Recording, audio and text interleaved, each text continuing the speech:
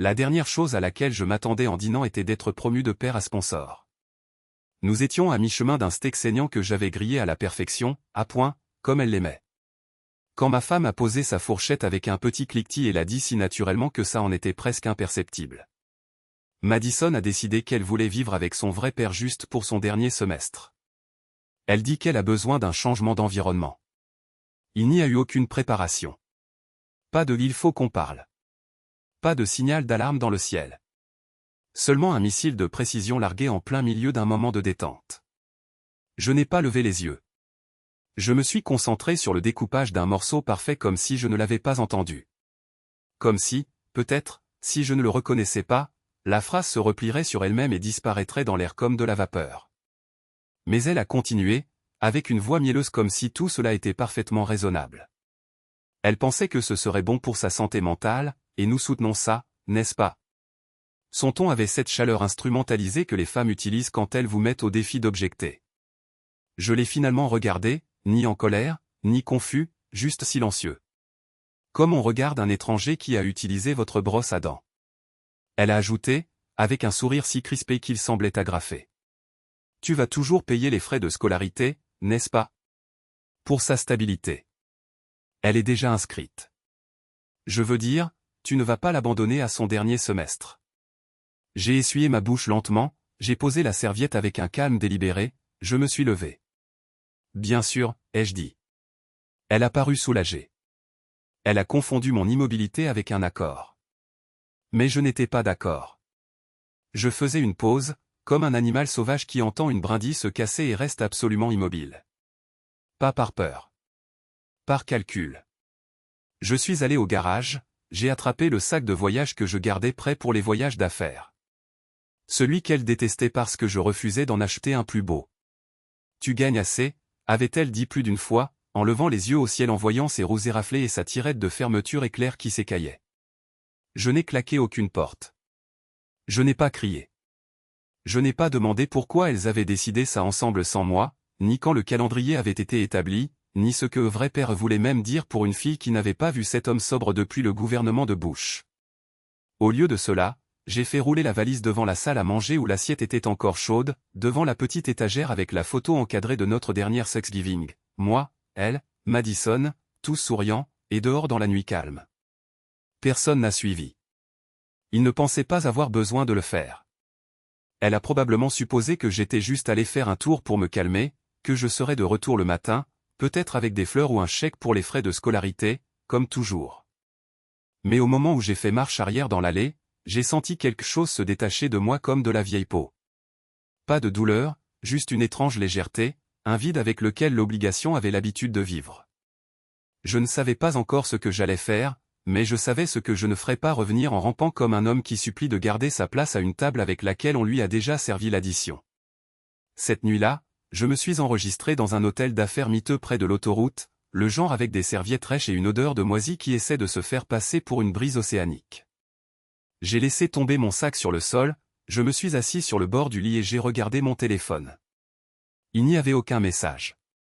J'ai regardé l'écran noir pendant longtemps. Puis je l'ai complètement éteint.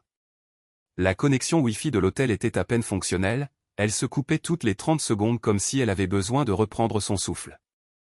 Je me suis assis à la petite table ronde près de la fenêtre, la chaise en plastique grinçant sous moi durant que je tapais mes identifiants de connexion pour le portail financier de l'université. Je connaissais chaque onglet par cœur. Des années de paiement à temps finissent par faire ça à un homme. À chaque semestre, connexion, confirmation des frais de scolarité, confirmation du logement, confirmation du plan repas, paiement automatique activé, carte enregistrée se terminant par 9921. Cette carte avait financé plus de commandes de pizzas tardives et de manuels scolaires hors de prix que je ne pouvais en compter. J'ai survolé l'onglet des méthodes de paiement pendant un moment. Mon curseur clignotait à l'écran comme s'il était nerveux. Puis j'ai cliqué, d'abord, désactiver le paiement automatique. Confirmer. Oui. Deuxièmement, supprimer la carte enregistrée. Confirmer. Oui. Troisièmement. Déconnexion. Pas de message. Pas de mail. Pas d'adieu. Juste le silence d'une transaction annulée. Le dénouement silencieux d'une bouée de sauvetage.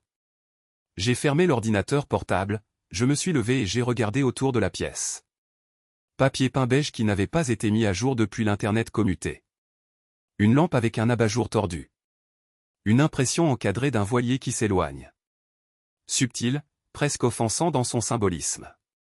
J'ai pris mon téléphone et j'ai ouvert mon application bancaire. Compte de location pour la BMW. Payé jusqu'à la fin du mois. J'ai accédé au portail de location. Résilié par anticipation. Pénalité justifiée. Assurance annulée, pas suspendue, annulée. J'ai imaginé son visage quand elle recevra la notification. Peut-être qu'elle siroterait encore du vin dans la cuisine, en attendant que je revienne à la raison. Sûrement que Madison serait en haut, en train de faire un appel en visio avec son vrai père, en faisant des projets comme si je n'étais que l'aide qui avait trop longtemps abusé de son hospitalité. Mais maintenant, l'aide avait quitté son poste. Pas de message, pas de dispute, juste des suppressions froides et silencieuses. J'ai réservé une cabane sur la côte nord. 3 semaines sans réseau, avec poil et sentiers privés vers la plage. Cela coûtait moins cher qu'un mois de logement hors campus de Madison. Le paiement a été effectué instantanément. Cela aussi a été financé par le même homme qui est présentement rayé de l'histoire. J'ai regardé l'écran de confirmation. Nous sommes impatients de vous accueillir, Monsieur Randall. L'ironie ne m'échappait pas. Le seul endroit encore heureux de m'avoir été une cabane battue par les intempéries dont personne n'avait entendu parler, coincée entre des falaises et le brouillard océanique. J'ai éteint mon téléphone et l'ai enveloppé dans un vieux t-shirt. Je l'ai jeté au fond de mon sac de voyage. Je ne fuyais pas. Je ne me cachais pas. J'avais juste fini de participer au théâtre de leur vie où je devais payer la production et regarder depuis le couloir. Dehors, l'autoroute bourdonnait. Quelque part au loin sur la route, une étudiante publiait probablement une story Instagram filtrée avec la légende « Nouveau départ avec ma vraie famille ». 2 cœurs mains jointes. Point. Et quelque part derrière ce message se trouvait un homme avec un verre à la main et aucune idée de ce qu'était un bureau de scolarité. Ils avaient fait leur mouvement. Maintenant. C'est un optimisme chino-longé-felt. The commence still sharing a reality that was already crumbling. C'était mon tour de disparaître de l'échiquier. De retour à la maison, celle que j'avais rénovée de fond en comble, celle avec le meuble en chêne sur mesure qu'elle avait insisté pour qu'on s'offre parce que Pinterest l'avait dit. Alors Carole s'est versé un 2e verre de blanc et a appelé sa sœur en FaceTime. « Oh, ça s'est mieux passé que je ne le pensais, dit-elle en riant. Tu n'as même pas discuté. Tu t'es juste levé et tu es sorti. » A pris sa petite valise comme s'il allait dans un Marriott. Elle s'arrêta une seconde, puis se pencha comme si elle allait partager un secret inavouable. Il paiera. Il le fait toujours. Elles ont ri. Sa sœur a dit quelque chose à propos des hommes qui sont des créatures simples et qui ont toujours besoin de se sentir utiles. Je suis sûr qu'elles ont trinqué à ça. Peut-être même qu'elles m'imaginaient quelque part dans un bar d'hôtel en train de pleurer dans mon whisky tout en envoyant un autre paiement de scolarité comme un bon petit golden retriever. Pendant ce temps, Madison, notre bénédiction commune, comme Carole l'appelait autrefois, était occupée à télécharger une photo devant l'appartement de son père biologique. Un petit bâtiment sinistre dans un quartier avec lequel je ne me garerai pas après le coucher du soleil. Mais elle l'a bien cadré, coupant le trottoir fissuré et le type qui fumait dans une chaise de jardin près de la cage d'escalier. Sa légende, nouvelle étoile vertigineuse vraie racine. Juste famille. Hashtag reconnaissante hashtag chaise-moi dans les commentaires. Un déluge d'émojis cœur. Fier de toi. Enfin, la juste famille gagne toujours de cœur. Et juste comme ça, j'ai été effacé avec un seul filtre et un hashtag. Elles n'ont pas remarqué l'email dans la boîte de réception de Madison à l'université. Objet, rappel de frais de scolarité impayés, semestre de printemps. Elles n'ont pas remarqué l'avertissement rouge vif sur le portail étudiant, clignotant doucement comme une petite bombe silencieuse. Paiement en retard. Inscription compromise. Carole a eu l'audace de prendre la Mercedes ce jour-là, ma voiture, techniquement, pour aller à son groupe de tennis et se vanter qu'il avait enfin compris le message. Il sait qu'elle a besoin de ça. Il est assez intelligent pour ne pas faire de vagues. Quelqu'un a demandé comment j'avais pris la nouvelle. « Oh, tu sais, John, dit-elle, trop fière pour pleurer, trop cupide pour s'en aller. » Elle ne réalisait pas que je ne m'étais pas enfui.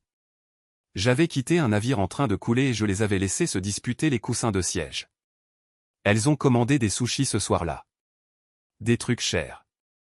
Probablement pensaient que ça sortait toujours de la même carte que j'utilisais toujours. Celle que j'ai supprimée il y a 36 heures.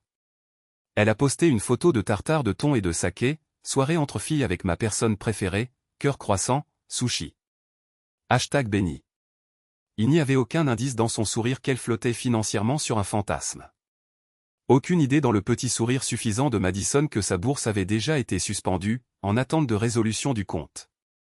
Personne n'a remarqué le silence parce qu'elle pensait que le silence signifiait la capitulation. Elles ont pris le calme pour de la faiblesse, l'absence pour de la soumission. Et ainsi, elles ont dansé au bord d'une falaise, souriant comme des gagnantes du loto, tandis que le sol sous leurs pieds commençait discrètement à se fissurer.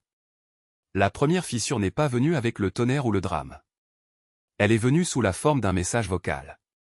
Bonjour, Madison. Ici Karen du bureau des bourses. Nous faisons suite concernant vos frais de scolarité du semestre de printemps. Ils sont actuellement en retard et apparaissent comme impayés. Veuillez nous appeler pour régler cela. Elle l'a écouté 2 fois, plissant les yeux comme si les mots étaient codés. En retard? Non, ça ne pouvait pas être vrai. Elle a recomposé le numéro, a forcé un petit rire pour alléger la confusion. Bonjour. Oui, je pense qu'il y a eu une erreur. Mon père paie habituellement sa John Randall. Il est probablement juste en retard. Vous savez comment sont les pères. Karen a fait une pause. Puis est venu le ton poli, mais professionnel qui signale qu'aucune sympathie n'est à venir. Selon nos dossiers, le mode de paiement enregistré a été supprimé. Il n'y a présentement aucun mode de paiement valide attaché à votre compte. Madison cligna des yeux. Le silence s'étira trop longtemps. Je pensais que c'était automatique. Elle s'est interrompue. Je vais l'appeler. Désolé. Mais elle ne l'a pas fait. Elle lui a envoyé un texto une fois. Et, peux-tu vérifier le truc du paiement de l'université? Et n'a pas eu de réponse. Le message est resté là, livré, mais non lu, comme une carte postale jetée dans l'espace. Elle est allée vérifier son portail étudiant. Alerte frais de scolarité impayés. 18 467 $. Avertissement. Le non-règlement avant le 20 janvier entraînera une radiation automatique. Elle l'a rafraîchi 4 fois, comme si peut-être le nombre diminuerait si elle regardait assez fort. Puis vint la deuxième secousse. Elle a quitté le cours plus tôt pour retrouver des amis pour déjeuner, seulement pour constater que la BMW avait disparu. Pas volé, juste disparu.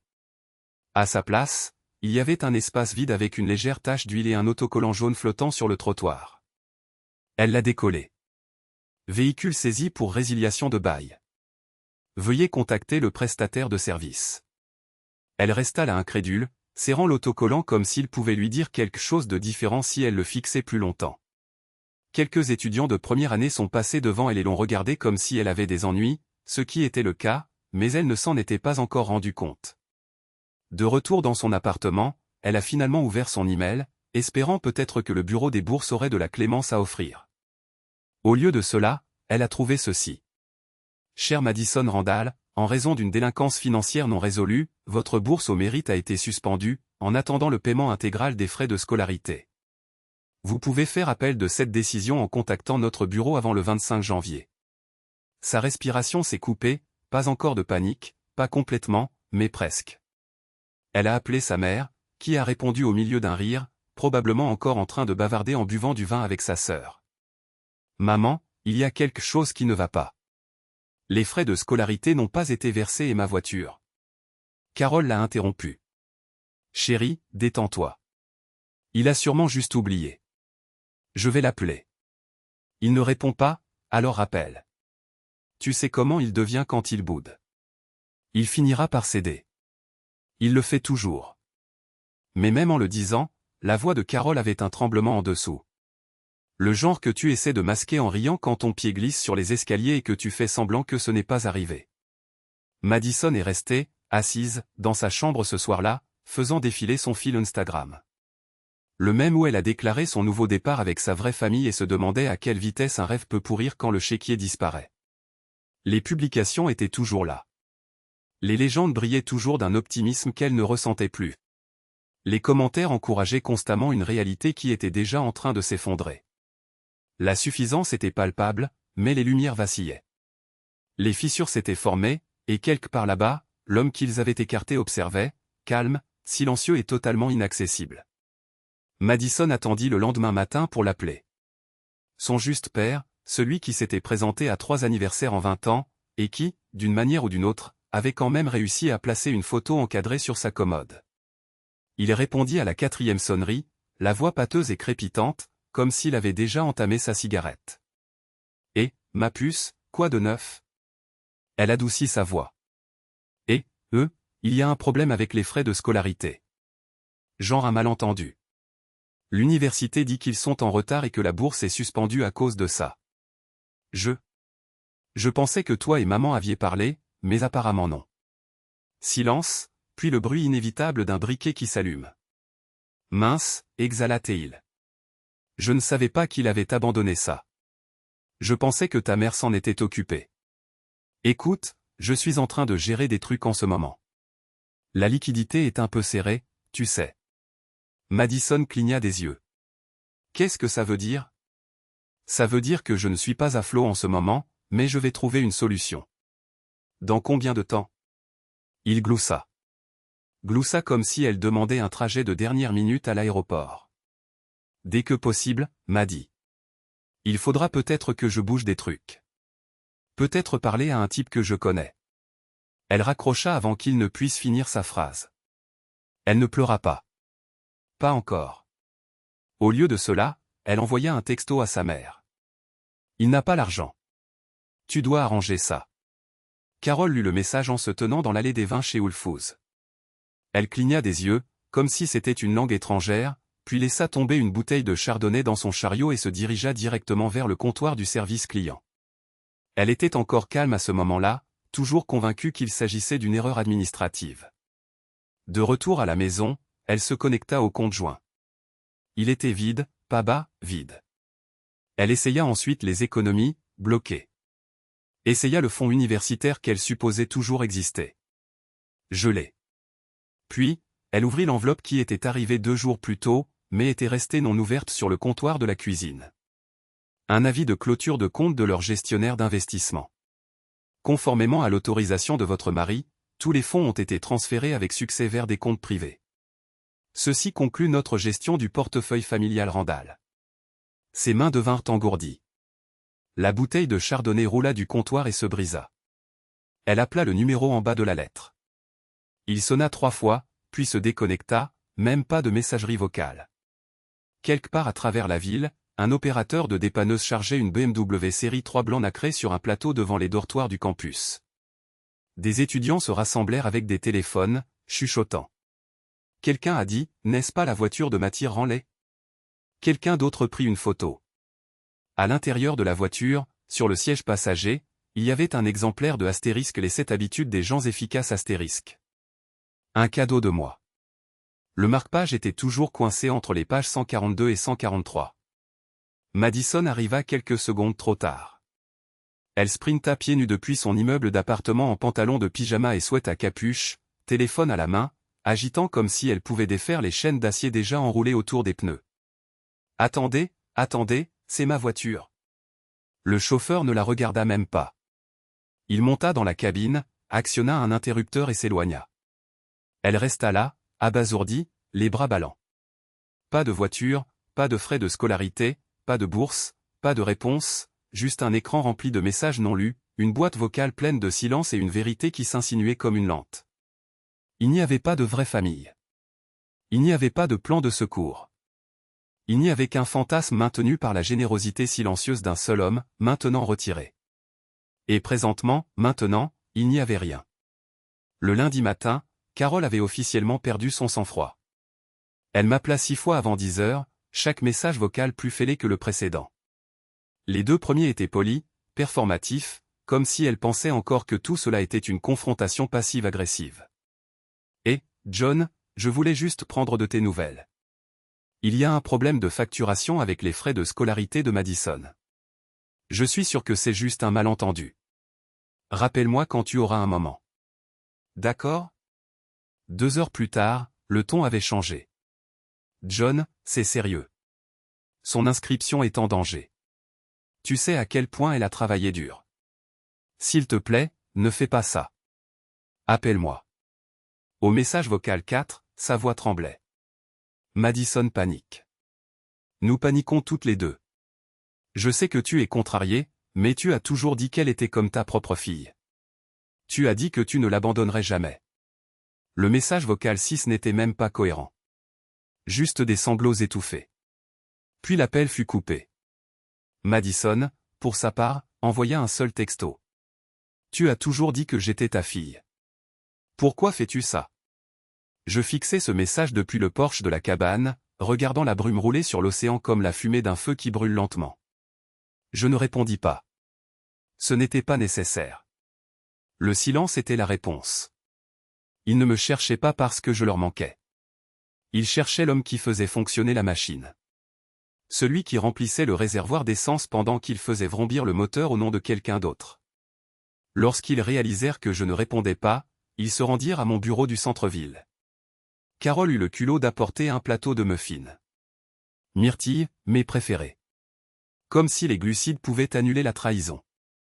Mais lorsque la réceptionniste lui dit que j'avais tout nettoyé la semaine dernière, laissé les clés, quitté le bail et que je n'avais pas laissé d'adresse de réexpédition, son visage se décomposa apparemment. Elle demanda à utiliser les toilettes, ferma la porte à clé et s'assit sur les toilettes pendant 15 minutes sans bouger. Durant ce temps, Madison consulta mon LinkedIn, dernière mise à jour il y a 6 jours. Retrait du conseil en entreprise pour une réflexion personnelle. Elle ouvrit mon ancienne adresse email professionnelle, désactivée. Elle appela le service des ressources humaines de mon entreprise. Je suis désolé, dirent-ils. John Randall ne travaille plus avec nous. Bonne chance. Ils n'étaient pas seulement confus maintenant. Ils avaient peur. Pas d'une violence. Je n'ai jamais été du genre à crier, jamais du genre à claquer les portes, jamais du genre à faire des crises de colère. Mais ils réalisaient quelque chose de bien pire. Je n'avais pas uniquement quitté la maison. J'avais disparu. Pas de miettes de pain, pas de piste, pas de manifeste de colère laissé sur le comptoir de la cuisine. Juste l'absence, totale et propre. Pas d'homme, pas d'argent, pas de plan d'avenir. L'homme qui avait l'habitude de me lever à 5h30 pour déneiger l'allée avant les cours de 7h de Madison. Disparu. L'homme qui avait l'habitude de laisser de petits mots dans son sac d'ordinateur pendant la semaine des examens, disant « Tu vas y arriver. Je suis toujours fier de toi. » Disparu. L'homme qui les regardait se moquait de lui, puis souriait malgré tout parce qu'il pensait que l'amour signifiait l'endurance. Disparu. Et pour la première fois depuis très longtemps, ils ont été forcés de me voir non pas comme un élément permanent, mais comme un homme qui pouvait choisir, comme n'importe qui d'autre, de cesser d'être utilisé. Ils m'ont cherché dans tous les vieux endroits, mais ils ne se sont jamais regardés dans le miroir. L'appel est arrivé juste après le lever du soleil. J'étais assis sur le porche de la cabane, une tasse de café ébréchée à la main, à regarder la marée monter et effacer les empreintes d'hier. Les goélands hurlaient au-dessus d'une carcasse de poisson mort près des rochers, et je me demandais si je me souciais assez de bouger. J'avais laissé mon téléphone en mode avion toute la semaine. Je l'ai allumé juste assez longtemps pour vérifier les alertes professionnelles urgentes. C'est alors que l'appel est arrivé. Numéro inconnu, indicatif régional du Connecticut. Je l'ai laissé sonner une fois, 2 fois. J'ai failli refuser, mais quelque chose m'a dit d'écouter. J'ai répondu par le silence. Monsieur Randall, a demandé une voix mesurée, formelle, entraînée. Ici le doyen Morgan de l'université Chantournay. Je vous remercie d'avoir pris cet appel. Je sais que c'est une situation inhabituelle. Pourtant, je n'ai rien dit. Il s'est raclé la gorge. Nous essayons de vous contacter au sujet des frais de scolarité de votre fille. Madison Randall, il semble y avoir un solde impayé de. Ce n'est pas ma fille. Silence au bout du fil. Je suis désolé. Ce n'est pas ma fille. J'ai répété calmement. Comme si j'annonçais la météo. Eh bien, je comprends biologiquement, bien sûr. Mais d'après ce que nous comprenons, vous avez été le principal soutien financier pendant des années. En fait, c'était avant qu'elle ne décide que je ne faisais plus partie de sa famille. Il a fait une pause, comme s'il essayait de déterminer s'il s'agissait d'une zone grise juridique dans laquelle il devait avancer sur la pointe des pieds. « Monsieur Randall, je ne veux pas m'immiscer. »« Alors ne le faites pas. » Le silence qui a suivi n'était plus poli. Il était stupéfait. Je pouvais le sentir se débattre entre ses instincts d'administrateur et son malaise humain. Finalement, il a tenté une attaque douce. « Écoutez, nous essayons juste de trouver un moyen de la garder inscrite. Il y a peut-être eu un malentendu. » Il n'y en a pas eu. J'ai expiré. Elle a fait son choix. Il peut payer pour son avenir maintenant. Une longue pause. Puis Monsieur Randall, puis-je vous suggérer? Clic, j'ai posé le téléphone face contre la table comme s'il avait dit quelque chose d'ignoble. La marée avait monté encore plus, noyant la moitié du rocher que je fixais depuis le matin. Les goélands étaient partis. Rien que le bruit des vagues et le crissement des vieux bois sous mes pieds. Je ne me sentais pas triomphant. Pas à la manière hollywoodienne. J'avais l'impression de cautériser une plaie. Une brûlure propre. Nécessaire. Définitive. Quelque part. Le doyen était probablement en train de fixer son téléphone, clignant des yeux, ne sachant pas ce qui venait de se passer. Madison était peut-être en train de faire les 100 pas dans sa chambre en chaussettes, espérant que son sauveur de secours se manifesterait. Carol était sûrement déjà en train de rédiger une autre excuse imbibée de larmes, entrelacée d'assez de manipulation pour que cela ressemble à de l'amour. Mais le message avait été transmis. Pas crié, pas hurlé, juste dit clairement « Je ne suis plus ton père ». Et la ligne s'est coupée. Les retombées n'ont pas commencé au bureau du trésorier ou avec la voiture remorquée.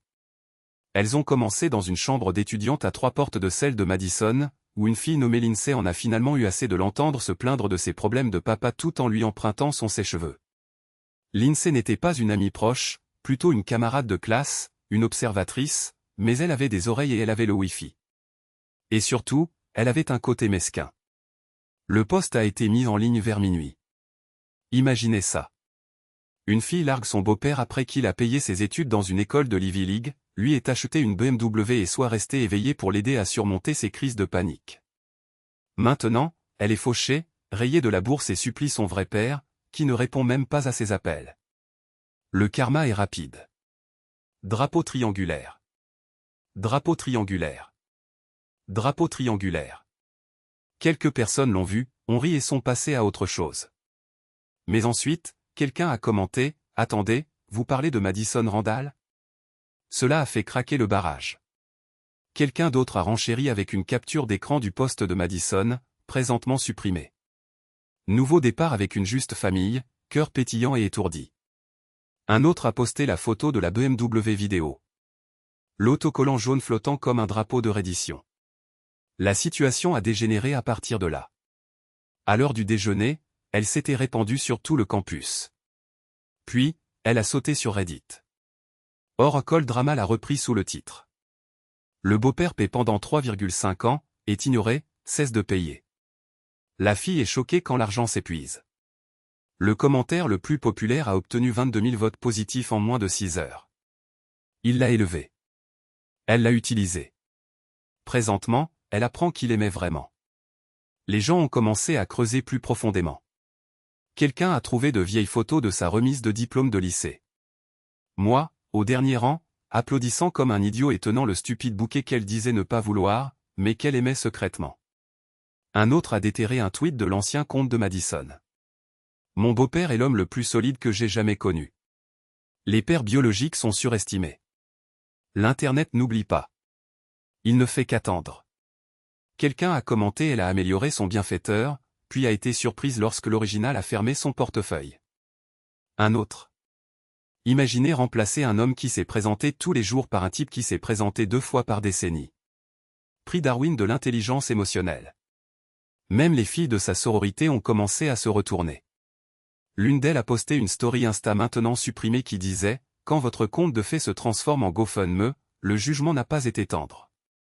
Il n'a même pas toujours été juste, mais il a été bruyant. » Madison a cessé d'aller en cours.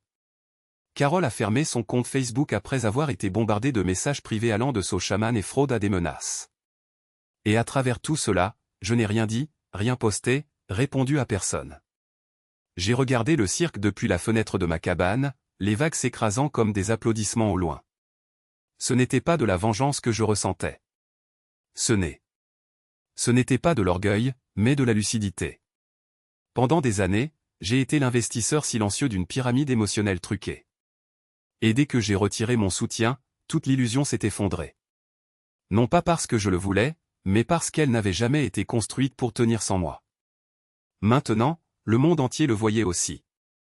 Et pour la première fois depuis très, très longtemps, il ne me regardait plus comme un idiot. Le premier message est arrivé à 4h12 du matin. Madison, j'avais tort. Tu me manques. J'ai besoin de ton aide. Aucune ponctuation. Juste ce désespoir plat et silencieux. Celui qui ne sait plus comment paraître sincère parce qu'il n'a jamais eu à l'être. 2 heures plus tard, un autre est arrivé. S'il te plaît, je n'ai personne d'autre. J'ai fait une erreur. Puis vint le tour de Carole. Un long message, trop long. Le genre qu'on écrit quand on ne sait pas où la mendicité s'arrête et où la manipulation commence. Cela a commencé par des mots doux. Tu as toujours été la plus forte. On t'a tenue pour acquise, puis on a glissé vers la nostalgie utilisée comme une arme. Tu te souviens des voyages du week-end quand elle t'appelait papa et le pensait vraiment? Tu ne peux pas juste jeter ça. C'est amusant, je ne l'avais pas fait. Elle l'avait fait. J'étais assise pieds nus dans le sable froid, le vent assez vif pour me piquer les oreilles. La marée remontait, comme le premier jour de mon arrivée. Une purification constante. Les goélands tournaient et criaient comme de petits jurés zélés se disputant un verdict déjà rendu. J'ai ouvert mon téléphone, non pas par curiosité, mais pour confirmer ce que je savais déjà. 10 messages, 6 de Madison, 4 de Carole. Un appel manqué d'un numéro que je ne reconnaissais pas. Probablement sa sœur qui essayait d'être l'ambassadrice d'un traité de paix fragile qu'elles étaient en train de construire. J'ai ouvert le premier message, non pas pour le lire, juste assez pour voir l'aperçu, le ton. J'étais une enfant. Je ne comprenais pas ce que tu faisais vraiment pour moi. Bien sûr, elle était une enfant, mais pas trop jeune pour emballer ses affaires et annoncer que sa vraie famille se manifestait enfin. Pas trop naïve pour savoir à quel point le couteau irait loin quand elle le tordra avec ce sourire et ses hashtags. Je les ai parcourus lentement, délibérément. Mon pouce a plané au-dessus du bouton de réponse pendant une seconde, juste assez longtemps pour enregistrer le poids du choix. Puis j'ai cliqué sur tout sélectionner, supprimer, pas de drame, pas de rage, juste terminer. J'ai éteint le téléphone et l'ai glissé sous la serviette de plage à côté de moi. Le soleil commençait à se lever, peignant le ciel de cette lueur orange brûlée qui rend même le regret romantique. Mais je ne pleurais pas. Je n'étais pas en deuil. J'observais, je regardais la fin d'une performance que j'avais financée sans le savoir pendant des années. Le rideau était tombé. Le public était parti. Les acteurs étaient ruinés. Et l'homme vers lequel ils avaient autrefois dirigé les projecteurs n'était plus qu'une ombre sur une côte tranquille. Indifférent, il pensait que j'étais parti parce que j'étais blessé. La vérité est que je suis resté trop longtemps. J'avais déjà pleuré la perte le jour où elle avait souri et dit « Ce n'est pas ta fille ». Tout ce qui a suivi n'a été que la lente et longue combustion d'une stratégie de sortie. Et maintenant, la porte n'était pas seulement fermée. Elle était scellée, boulonnée brique par brique avec la mémoire comme mortier. J'ai laissé la marée monter et tremper le bas de mon jean. Je n'ai pas bronché. Certaines choses valent la peine d'être perdues. Certains silences valent la peine d'être gardés. Il a fallu des semaines, mais finalement, même Carole a réalisé que les papiers n'étaient pas qu'un symbole. Elle a fait irruption dans le bureau du conseiller financier un mercredi, ses talons claquants, cette fausse armure de confiance qu'elle portait comme un parfum. Elle était prête à charmer, à exiger, si nécessaire, à pleurer. La maison, après tout, était encore techniquement à nous, comme elle l'avait dit à sa sœur la veille. Ce à quoi elle ne s'attendait pas, c'est que le conseiller ouvre son écran, fronçant les sourcils, et l'incline vers elle. « Madame, vous n'êtes pas sur l'acte de propriété, et lui non plus. » Elle a cligné des yeux. « Qu'est-ce que vous voulez dire par lui non plus ?» Il a été transféré dans une fiducie. Irrévocable il y a des mois. Son sourire s'est fissuré. Il doit y avoir une erreur. Il n'y en a pas. Elle a essayé de respirer, d'argumenter, d'inventer un mensonge sur un refinancement temporaire, des dates limites de scolarité, une urgence familiale. Le conseiller a juste secoué la tête. Aucune émotion, juste une politique, seulement une conséquence. Dehors, elle a appelé le numéro qu'elle n'avait pas osé toucher depuis des semaines. Elle a laissé un message entre deux inspirations. John, je ne sais pas ce que tu as fait, mais la maison, tout, n'est plus à notre nom. S'il te plaît, appelle-moi. On peut arranger ça. On peut trouver une solution. Tu n'as pas besoin d'être aussi cruel. Puis le sanglot est arrivé. En plein milieu. Ce son brut et non filtré que les gens font quand ils comprennent enfin que personne ne va venir les sauver. Elle a laissé 5 autres messages vocaux ce jour-là. Madison a aussi essayé, de nouveau.